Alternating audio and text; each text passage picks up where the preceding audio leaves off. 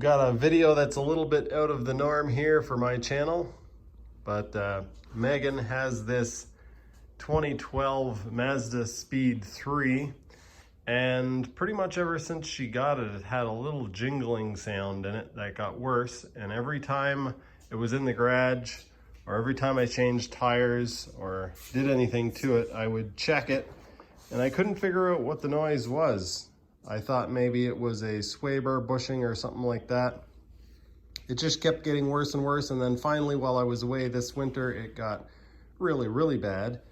And see if I can duplicate it for you guys. Of course, it's a whole lot worse when you're driving on the road, but I thought I'd make this video because it took me quite a while to figure out what this was, and I finally figured out what it was last week. So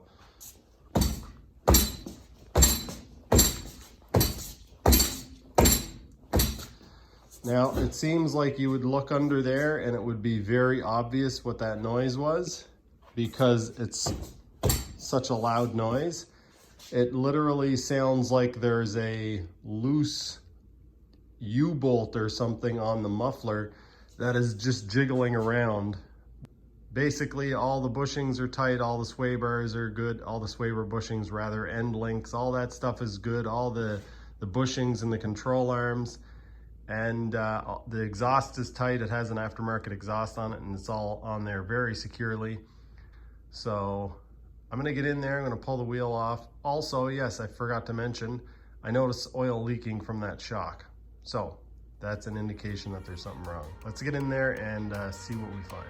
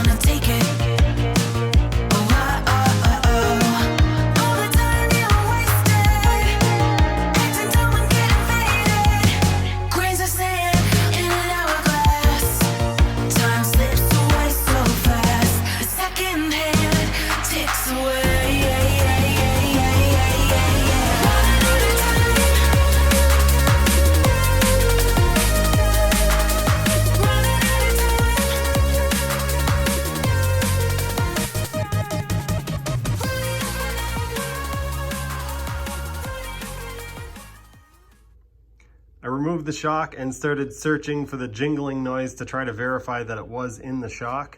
And after kicking the caliper once or twice, I quickly and sadly realized that the noise is actually not coming from the shock, it was coming from somewhere else. So after a little bit of head scratching and investigating, I found that the noise is actually coming from a piece of spring. A piece broke off the bottom of the spring and is sitting in the lower spring perch. I have yet to dig it out. Not sure exactly how it happened. Don't know if this is an aftermarket spring and it broke, or maybe this is something that happens, but the car doesn't sit funny, it doesn't drive funny. So kind of don't think it's going to be a problem, but that's what the noise is. Piece of spring. This is what I dug out of the lower spring perch. I kind of don't see it being a problem. What we'll do is take a look and see if the other side is relatively the same size or the same amount broken off as this one. If it is, it should be kind of okay. Obviously it's not ideal, but doesn't seem to be hurting the car too much. Seems to handle fine. It's probably, you know, a tiny bit lower on the back than it was from the factory.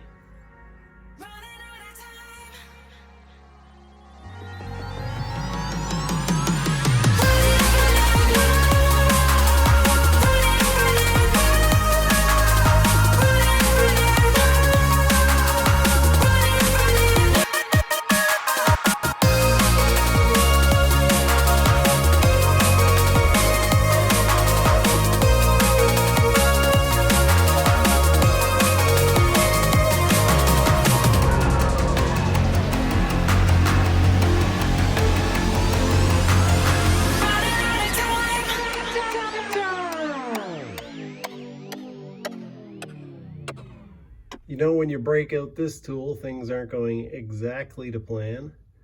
Despite this having a easy start bolt, or whatever you call these bolts with the tapered end on them, it managed to damage the threads on the way out. I think what happened is there was a whole bunch of rust on the threads that were through the other side of the hole. Fortunately, I didn't just try to force it with an impact gun. I threaded it in by hand and noticed it was going hard. Looked through my tap set, and turns out in my backup tap set I actually have one tap that actually works. It's a 12 by 1.25.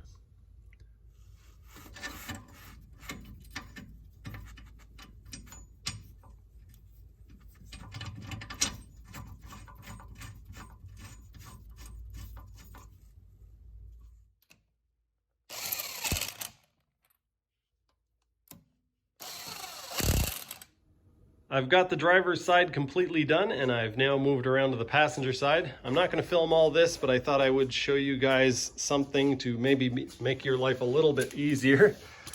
When I was removing the lower shock bolt on the driver's side, I didn't realize that there's actually a hole in the bottom of the control arm.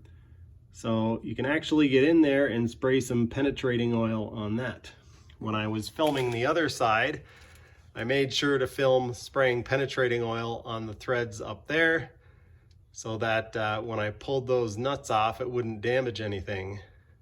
Coincidentally, Pulling Nuts Off was the name of my high school band, and penetrating oil was my nickname.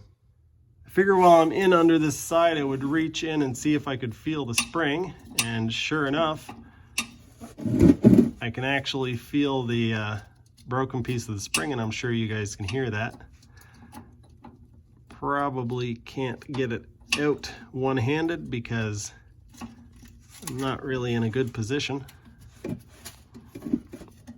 Yeah, we're just gonna wait until I get the shock off, and then I'll pull that out, and then we'll compare it to the other side and see if a similar sized chunk has broken off. Here are the two old oily shocks. The one on the driver's side is the top one, which is a lot more oily. And here are the broken chunks of spring. The one on the driver's side is the bigger one.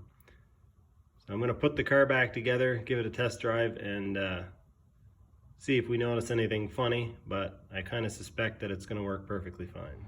Well, there you have it, folks. All done. Just got done taking this for a test drive, and it works fine. Now that this is nice and quiet on the rear, I can hear a little clunk from the front, so I assume that either the struts or the strut mounts are a little bit worn on the front, which only makes sense. If the back shocks are completely wore out, then it makes sense that the front ones would be as well. Anyway, that's all I have for you for now. Thanks for watching, and I'll see you next time.